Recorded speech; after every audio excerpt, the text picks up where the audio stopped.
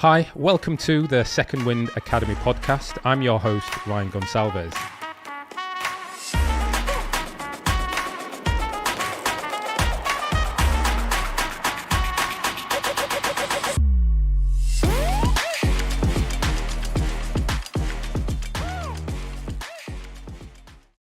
Miriam, welcome to the show. It is great to have you on here with me today. Thank you, Ryan. Really exciting to chat with you about it, and yeah. Yes, good. I am glad you are excited about the conversation. It will be, well, it's certainly going to be fun. And as I say to many people listening to the show, I would say, well, I always enjoy the conversation. Hopefully the guest does as well, because it's about learning, it's about sharing, and very much your experience as a current pro athlete. And, we'll talk about the thoughts of transition and managing really this, I guess, the balance that we've got in life. So looking forward to delve in a bit more. Awesome. Same. Looking forward to it. Great. Well, look, Miriam, I'd love to kick off. Tell us who you are and what you're up to nowadays. Totally. So I'm a beach volleyball professional player for Canada. I've been playing beach volleyball for 3 years, but indoor volleyball for 2 professional years in Europe, and then prior to that, in college, and then up since I'm 12.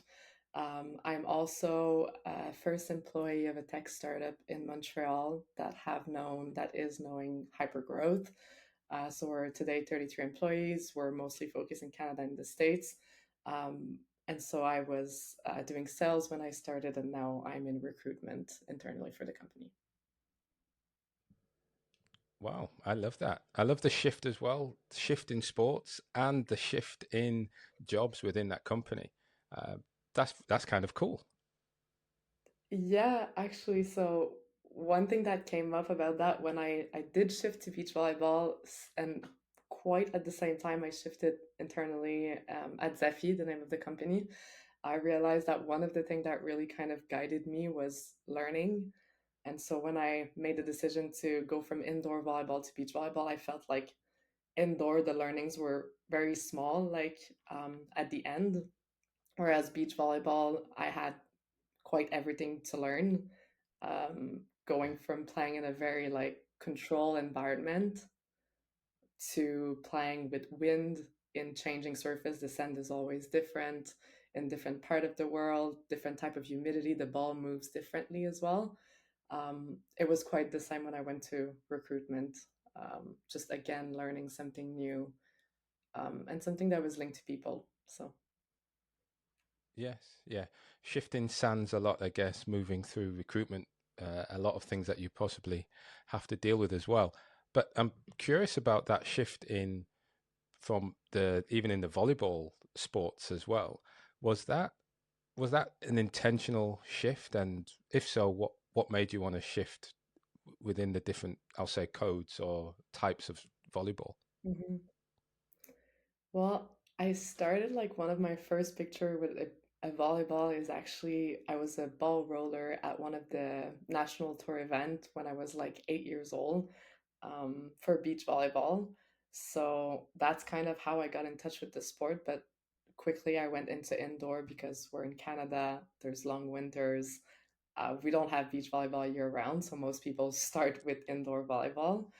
Um, so I kind of never thought that I would come back to beach volleyball until 3 years ago. It was the pandemic. Indoor seasons were longer, like 8 months abroad, alone, no restaurant open. It was a bit tougher. So I started playing outside a little more and just found out that I really liked it.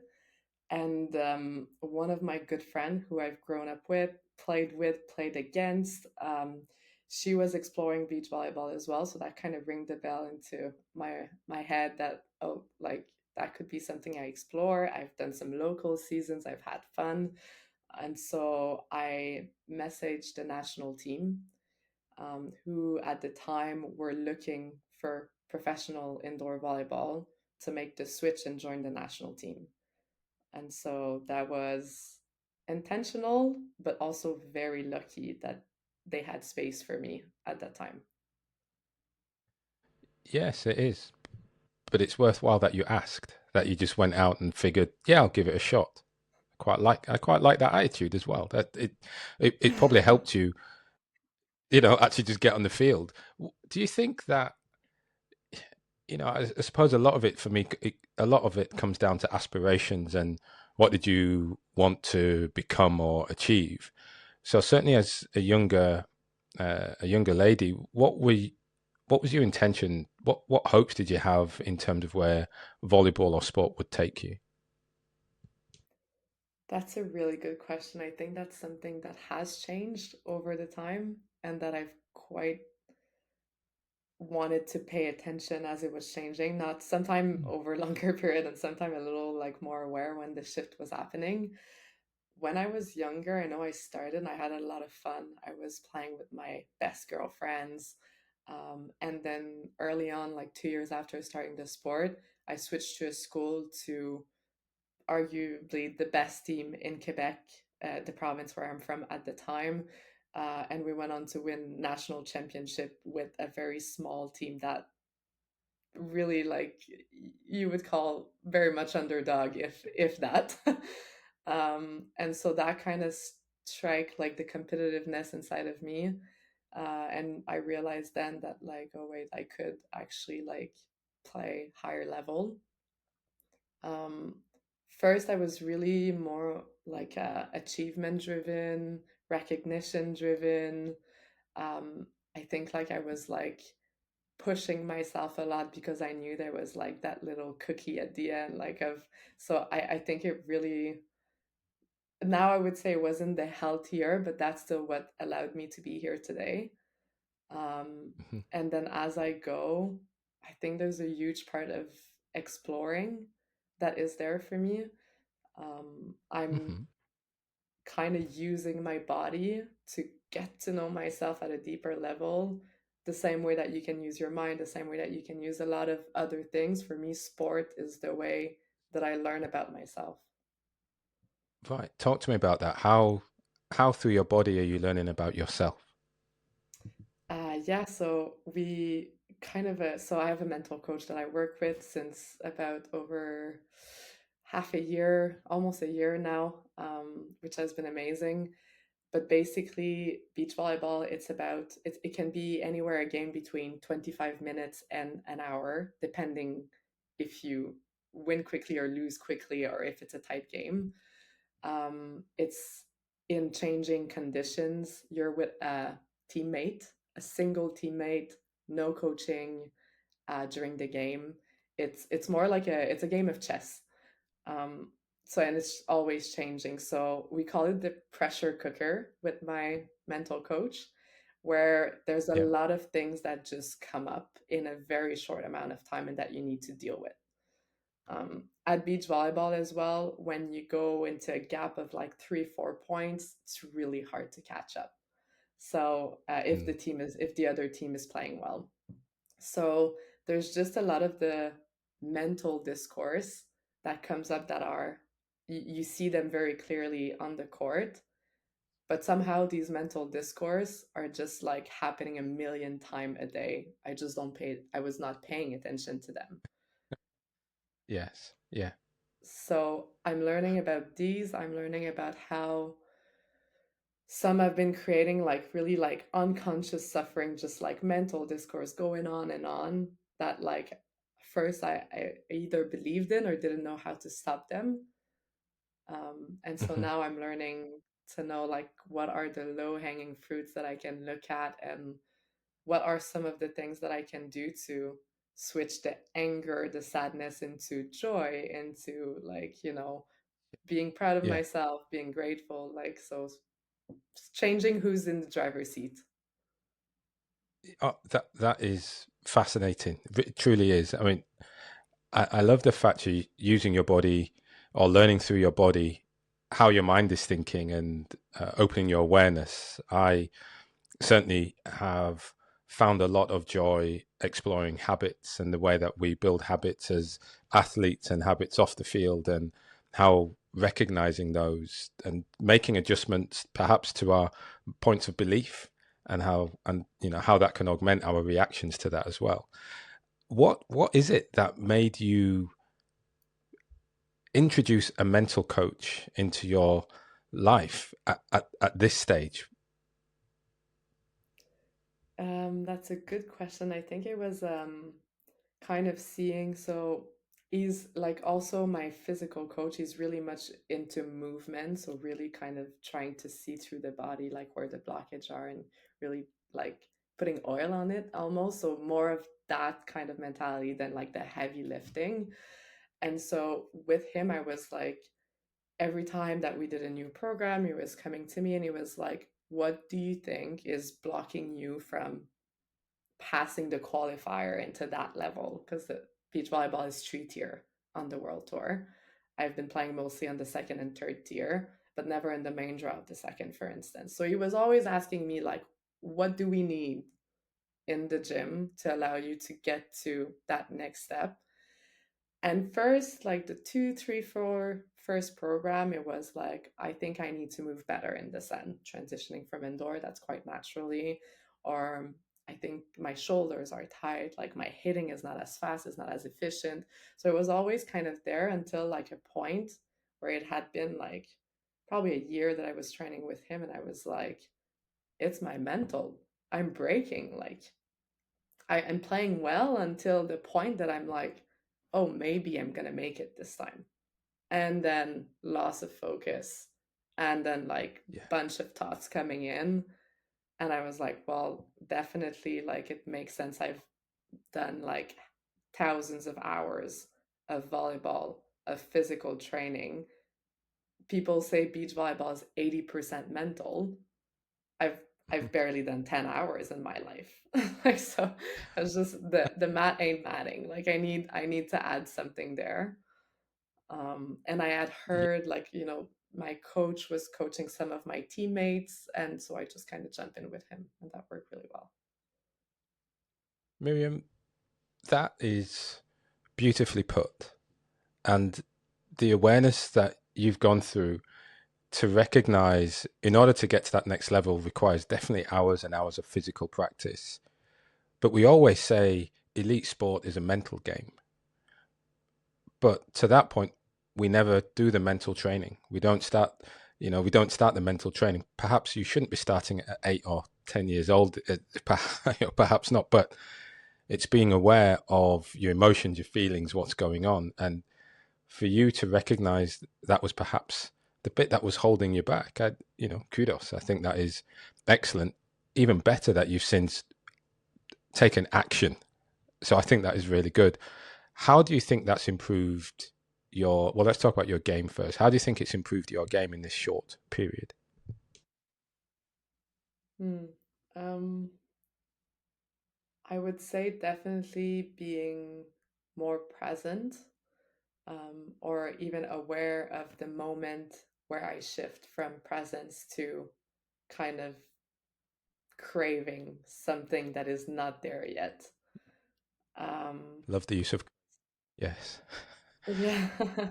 So a little bit of that I'm able to then bring back and chat with my coach. And I would say in general, just like being more present allow me to just like technically also be aware of my Mhm. breaking points, what goes first technically when my mental goes. And just that has allowed me to, in the moment when I feel a little more stressed, and just have a little cue of like, all right, now you're gonna focus a little more on that thing, because Yeah. usually that's what goes first and that can affect the game, good or bad. Yeah, I understand. I understand. I see where you're coming from. I tell you what, you just made me think is you go from you said the pressure cooker, right? So you're in that pressure cooker of the court when you're doing beach volleyball. But then it sounds like you move from that into a startup environment where you are employee number one, which for all of for everything I'm in with regard startups, that's a pressure cooker as well. And in fact, probably even more crazy. At least there's a boundary and there's a time limit into a game of beach volleyball. So how does, I guess, your mental strength, or to what extent do you interplay between using it for beach volleyball performance and then shifting it over to give you a level of excellence in your day-to-day job or your day job in a startup? Yeah, that's a really good question as well. I think there's a lot of things that switch from one to the other. Like I know, for instance, like professionalism, like on the workplace, somehow is understood differently on the field or on the court sometime. Um, so I think there's that one way, like bringing the professional, like startup corporate vibe to the field or to the court is also helping me there. I'm trying to think the other way around. Um, I think like one major thing has been I see myself in the workplace being a little more sensitive to feedback. We have a big feedback culture at work where like Mhm. you kind of really want to force yourself to give feedback when you have one and not keep it to yourself. Otherwise, it can be considered missed impact of Hmm. getting better as a team. And so Yes. but you also learn to receive feedback and be optimistic and just like Mhm. just believe that your colleagues are also just wanting you to like improve and grow in competencies and all of Yeah. that. And I've realized that there is a difference between I receive feedback in the workplace and the way that I receive feedback on the court. So in the workplace, I felt like I was more sensitive, or like sometime Uh, when I'm tired, taking it more personal. It's at a very subtle level. I think I process internally differently. hmm. And the outside, it might look the same. But on the court, I am craving feedback. I like if I have a coach with me, I'm like, whoa, like this is the best thing ever. Like, give me feedback, and I'm gonna, no matter who's the coach, no matter if I have yet, like, build trust with that coach or not, I'm kind of seeing it as an opportunity to, I'm gonna try the 30 different way to do that. And once I've tried them, I'll figure out what's mine, and at least I'm confident that this is mine. And so I think there is room for applying that to the workplace as well. Although Yeah. it's a bit different, like how like normally you receive feedback, you apply right away because it's like shorter Yeah. term work. Like it's maybe yeah, I'm still Yeah. thinking about it. Yeah. It is fascinating. I get it, on on the court in the game, your partner, they tell you move up, stay to the left. This is what they're doing every time. You got to react to it, and they have a split second to tell you, and you're like, I'm on it. Mhm. We move into the and it's different. And you mentioned a beautiful word. You mentioned trust. It's something you mentioned there about with a coach, with your partner, you build trust so that you truly believe that what they are saying is for you to be better, for the team to be better, so you can ultimately win the game and move up.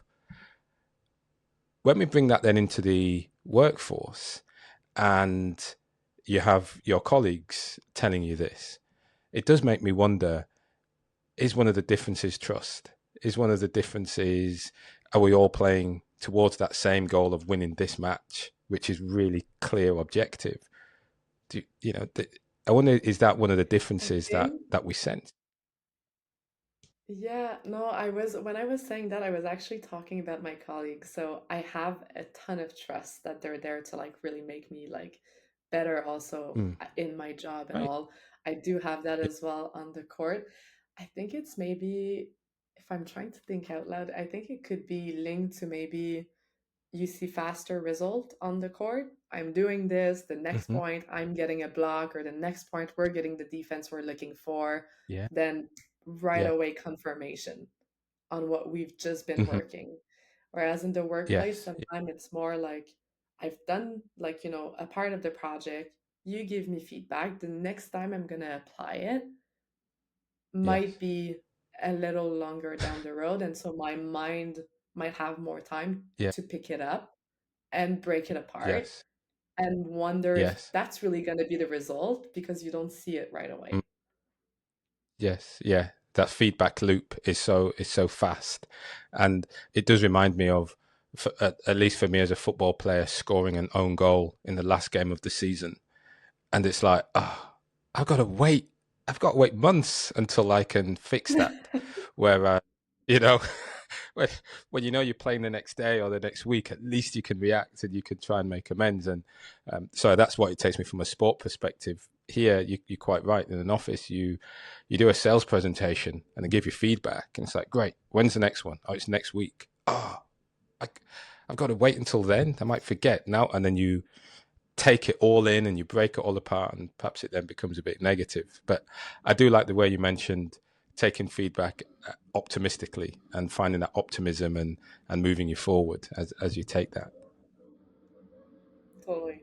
I think that's So a huge, yeah. huge piece. Yeah. So thinking about you then, you know, we talking a bit about what you're doing today. I'm interested just briefly, what is the state of, I guess, indoor volleyball, beach volleyball in terms of professionalism? So I get that you're working, as I say, a dual career now. Has it always been that way, or to what extent is full time professional? Boom, I'm just doing sport. How has that occurred for you? You mean how like did I go to full-time professional sport, or how did, like, sorry, can you clarify the question? Yeah, yeah. Sorry, it's me. I've got all the questions coming out at the same time. I'm just there's so much to try and get out, but I suppose I'm interested in your journey. So the journey to where you are today, and I suppose I'll start it better, and I'll say, in terms of your volleyball career, at what point did you start to realize you were good? Mm. Um, I think it was probably around 14, 15. It was the first, I was coming from a very small school that did not perform really well. Um, and the like at the provincial championship that we call, which um, I got approached by one of the person responsible to build the provincial teams that summer. Normally, there's only two provincial teams, but that year they were able to bring a third one for the Francophonie game. So, like, all the people speaking French in Canada, like it's kind of a mini Olympics for all the Frenchies. Um, and that was based on just like scouting and selecting players. And so he came to talk to me, to talk with my parents, just ask if I would be interested. I was like, oh my god, what? Like, I never thought like that would happen. um and so I just made the long list, then they cut it to the short list. I made the team, went on. I don't think I was really good back then, honestly. I was like a lot of potential, but very raw potential. um and so then after that, then I kept on making kind of the provincial team, then went on to do the Canada Games. Then it kind of just went on with more confirmation in college and doing the university games. And so that was just really propelling me like at different state of my career and my journey.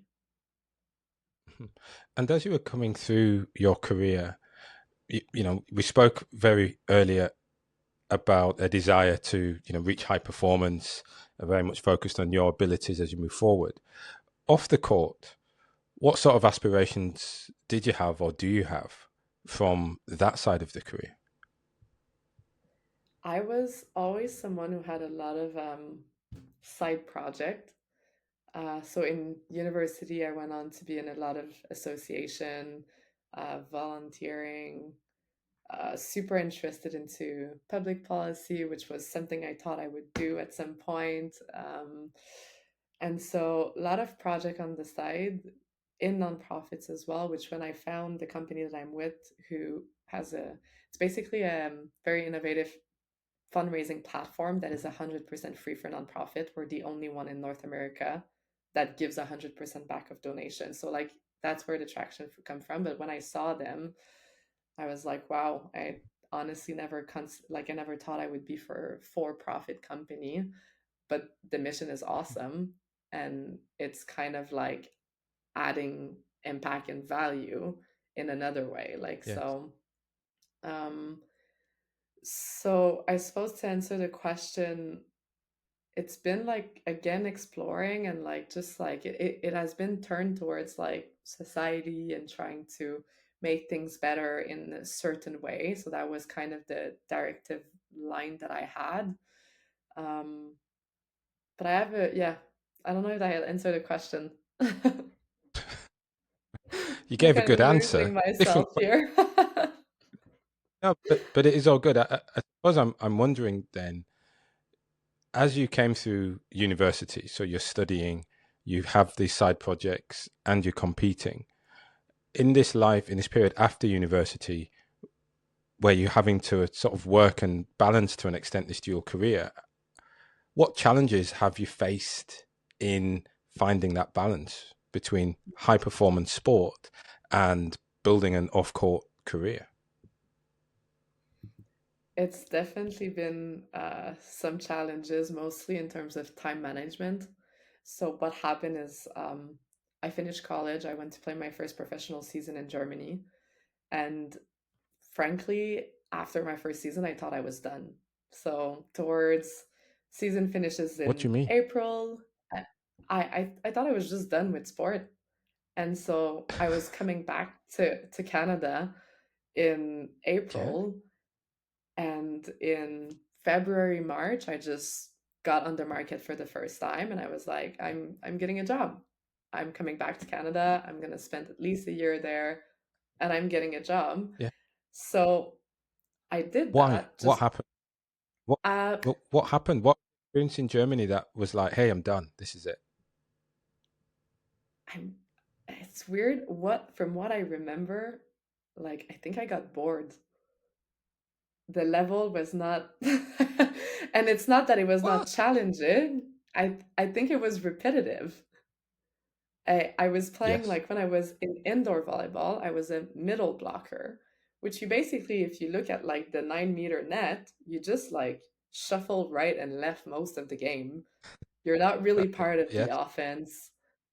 You're being Hmm. taken out of the court on the back line, like on the defensive line. So the 3 turns that you're in the back, you're outside the court, replaced by a defensive specialist. So I was like, I'm here playing 50% of the game, whether I'm starting, I'm starting, it's great. Yeah. I'm playing professionally, but I'm playing 50% of the game. So I was Hmm. like, I have other interests. I'm gonna go explore that. Found that awesome company. The day after I landed, started the job, Right. and 4 months later I was back full time. So there's a bit there that like it just and then Tell I me never about stopped. So yeah. That is weird. So, I'm firstly, you're probably one of the first athletes I've spoken to who says, "Yeah, I was a pro, but it was boring, doing the same thing, and kind of rotated out. But it wasn't what you had. Well, I don't know. Had you articulated, had you voiced what you expected professional sport to be like before you got on the plane? that's such a good question because I think that's starting to be talked about a lot. But basically, when you go 8 months to Europe, um, you only do sport. Naturally, you're being paid to do sport for the almost the first time, like so enough money to live. And it just turned out that in Germany, I was in a second division as a first contract, and we were practicing from 7 to 10 p.m., which mean that I had 12 hours in my day that I didn't know Yes. how to fill. Hmm. And that was the first time because in college I was doing like a full-time load of Yeah. course. I was involved outside, I was having sport, I was having my social life. Now you're alone almost on Yes. another Yeah. time zone and you have so much time. So that was, I think, one thing that I was like, I can't do this. I'm gonna go nuts. And I ended up in the second half of the season, actually, I did translation when I was in college. So I ended up freelancing in the second half of the season because I was like, I need to do something during the day. And then I did that and then I started working in a hotel as well, like 2 mornings a week. And then I felt so much happier. So Right. that Yeah. was day and night. I think there's a Yeah. little problem that I couldn't rest. Like that's one thing that I found with time, that I like learning to rest and be comfortable in rest. But that was something there. So fast forward, I think the challenge is now I've decided to keep going with that, with my work, my career outside of volleyball, mostly because it fulfills me and it brings a balance in another way that Mhm. beach volleyball does right now. I get to like kind of In what find sorry, go for it. Yeah, in what way? In what way does that career outside of the game bring you a balance? It first like switch the thinking. So I'm it's very much like volleyball is very physical, and then you go into like a recruitment. You speak with a lot of people, but you have to do a lot of kind of thinking processes internally that happens on the court, but not as much. So I think it changes just the energy of the day. But I also work like for a social impact startup, and so the Yes. people that are around me are like super involved in the community, something I like didn't have as much when I grew up. So I kind of find back that community of Mm. people that are really turned towards the society, and that are going out of like their world to like make an impact. And so that Yeah. is nourishing in a way as well, in a way that brings me Yeah. energy and doesn't only take energy from me. Well said. Well said. It's like you found your people, and you Yeah, have this common purpose, common goal. And so, like you say, you get that nourishment. Your bucket is filled, spending time with them, just as in a similar way, I guess playing a sport you love also nourishes you and gives you that well, I guess energy, as you said, it energizes you. yeah, exactly. So, in some respects, the balance, the balance that you've got, I probably shouldn't even use the word balance, because what you've got is this harmony between playing a sport you enjoy, getting that physical push or physical drive, alongside your I'm going to say mental, but it's as much I think as it's your heart in terms of this passion and having working with an impact company as well. And so what you have is a harmony career. Maybe that's it. We've coined a new phrase here. And Yay. you're not in a dual career, but you're in a you have this sort of harmony between your on field and or on court and off court world. Totally, I like it. I never thought of it like that, but that's exactly it.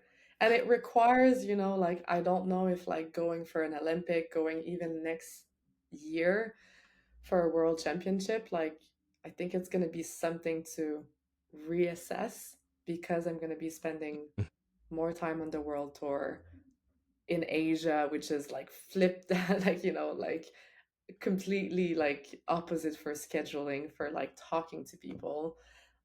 So I think there's always Yes. some stuff. There is some more challenge coming up. Um, yeah, and even like I'm lucky that I have a lot of flexibility with my work. I can work from where I want, the hours I want. I'm Mhm. part time. That's one thing that is important to say. I'm only 20 hours a week. I don't think I could be doing more if I want to keep the resting piece and the recovery piece. Um, Yes. Yeah. but there are definitely challenges ahead in terms of managing that harmony carrier. Yes. Yeah. And those challenges now. I mean, you're still playing, right? You're playing the at top level. You wonderfully have represented your country, and like you say, you're thinking about, well, yeah, there'll be challenges that you will have to overcome. To what extent do you feel ready for those challenges? Are they something that you see as close by, or do you think it's something? Well, no, no, it's fine. I don't even need to think about that yet. I don't think I need to think about it yet, just because there's a lot of uncertainty in.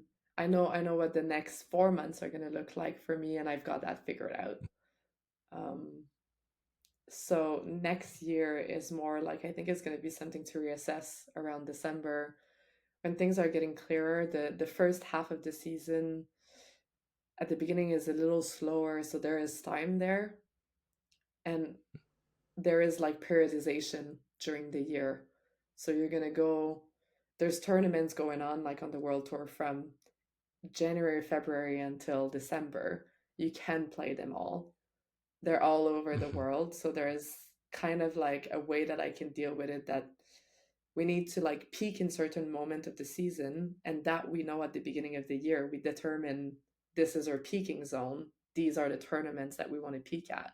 Then we're going and to rest and then peak again closer to world Yeah. championship, for instance.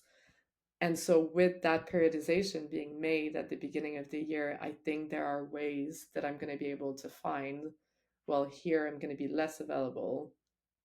And between during that time, then I'll be able to give a little more to the company I work for. Yes. Yeah. Yeah, that's right. That schedule there's a scheduling that certainly has to come into play. And you talk about the challenges from you physically in your career and where you want to go next or what you think you're capable of next. You know, it's I suppose it's just an interesting thing. You work in a firm that clearly gives you the flexibility to work. Your body probably going to tell you when it's ready. A question I often pose or I hear with athletes who are probably like yourself, where physically you feel, well, I can keep going, but mentally I do want to keep working in this role or have a bigger impact.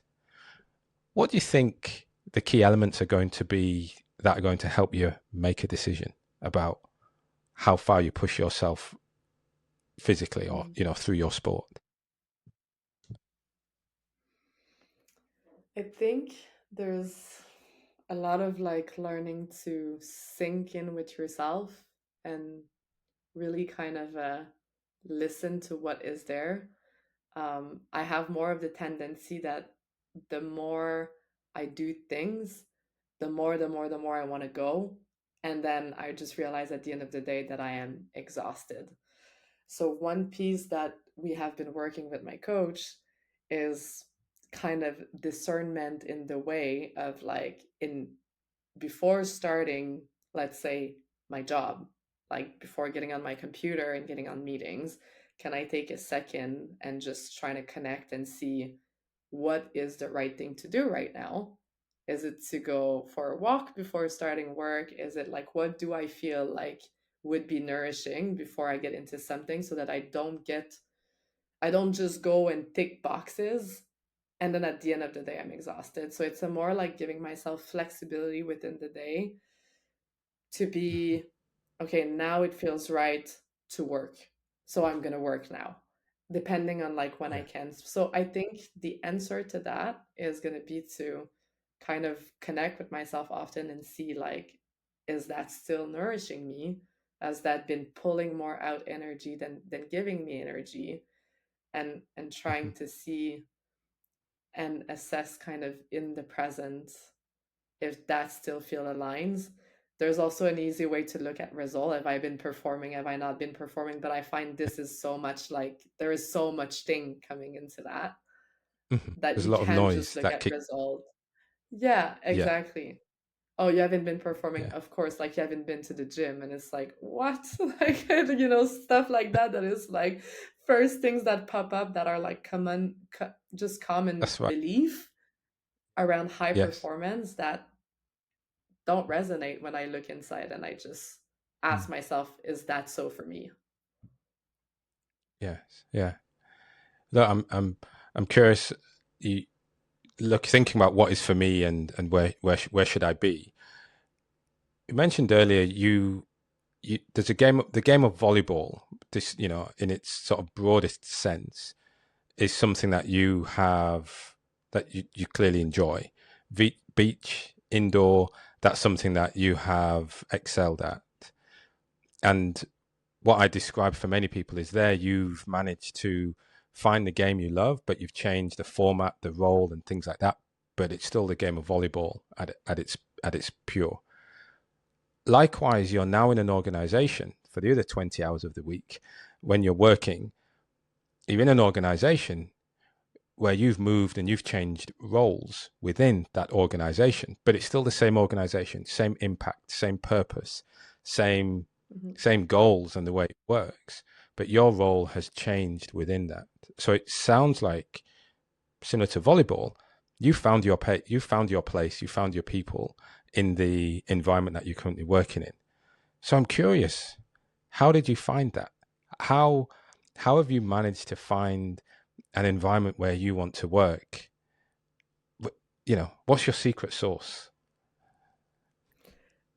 It's in the two, I think it was like to be really aligned with my value. I think I have a strong kind of a detector when I'm not like feeling aligned with something. I shut down, like I lose my energy. It's like if there is a big like trap that is sucking out all the energy. And so for me it's really easy to know when I'm out of sync.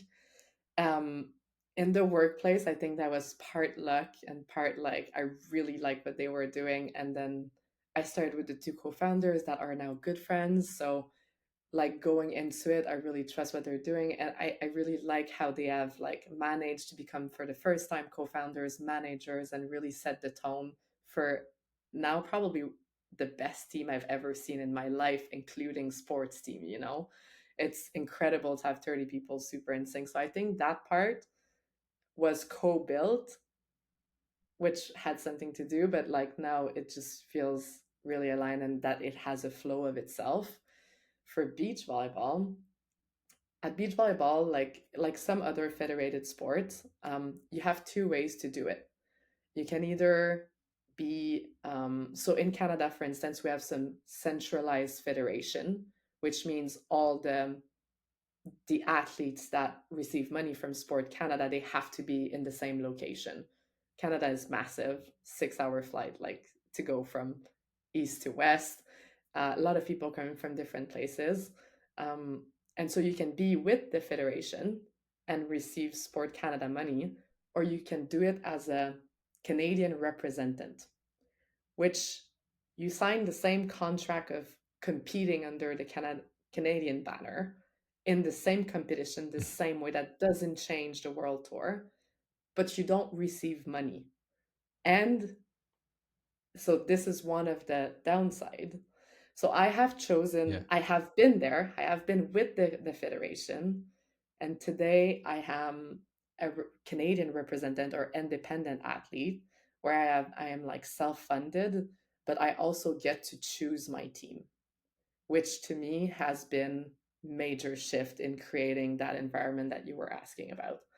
right. Um, Yeah, so I get to choose my coaches, like volleyball coaches, mental coaches, physical coaches.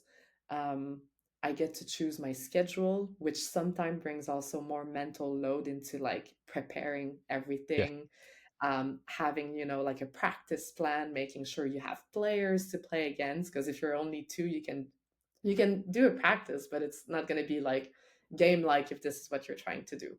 So it's more like around building that environment for me and seeing if it's aligned.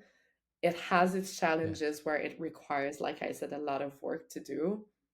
But in the Mhm. end, I'm looking to play for the long term. Today, maybe tomorrow that's going to change, but today I'm looking for two Olympic cycles at 30 years old. So that means Yeah, possibly until I'm 40. And one thing yeah. that has been major for me is to enjoy it. I don't want to go 10 years looking back and be like, wow, that was half my life and I suffered the whole way through.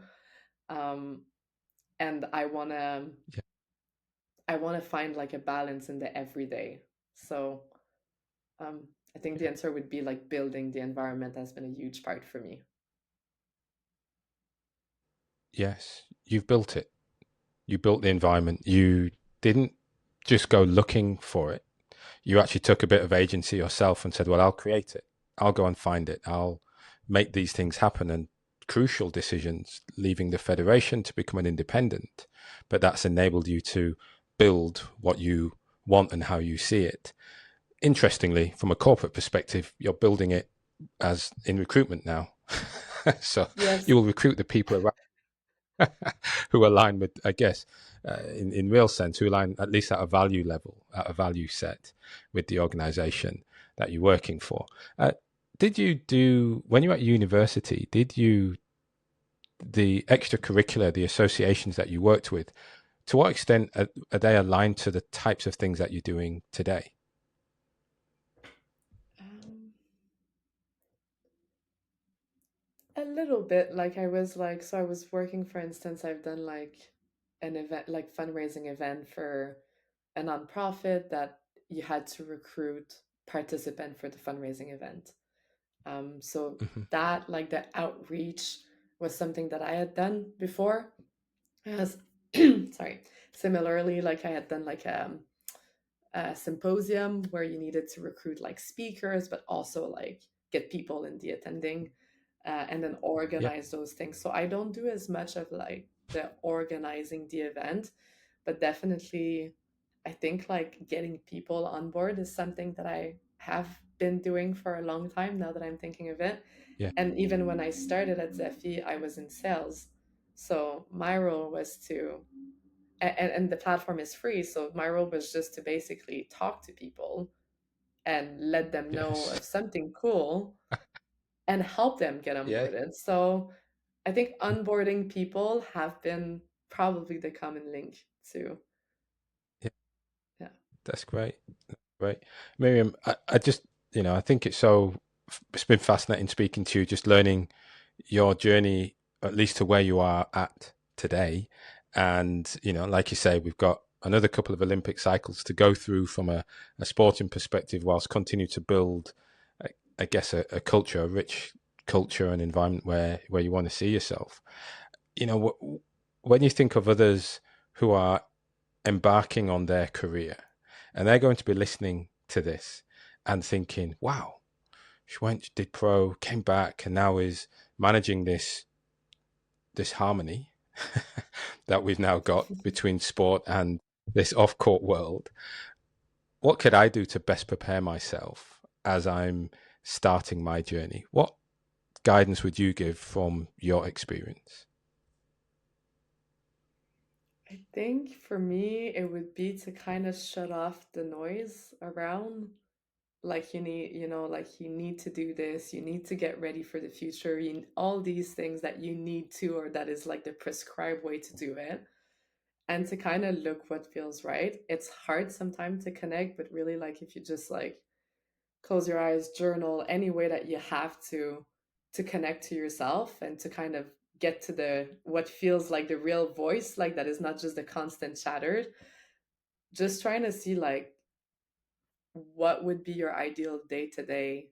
Like, are you going to interact with people? Are you going to build something like developers do, like, really like in the direct sense, like just trying to feel like what you would be so happy spending your day doing, um what it would look like. And then be bold to go maybe into some avenue that you didn't think of but that are coming to you, um to explore those with kind of an open mind, and Yeah, just see if they check the boxes for the criteria that you yeah, have come up with. Sometimes it's like it's really just not what you've been thinking of. So very, very true. Miriam, thanks very much again. Again, just finally, for those listening who want to follow your journey, perhaps get in touch, what are the best ways to do that? I think Instagram is my chosen platform. So they can find me at it's Miriam Rob, MYRIAMROB on Instagram, for Robitai, the Rob. So that's where I'm posting most things about where I am right now. Perfect. Miriam, thanks very much for joining me today. Thanks, Ryan. That was a pleasure.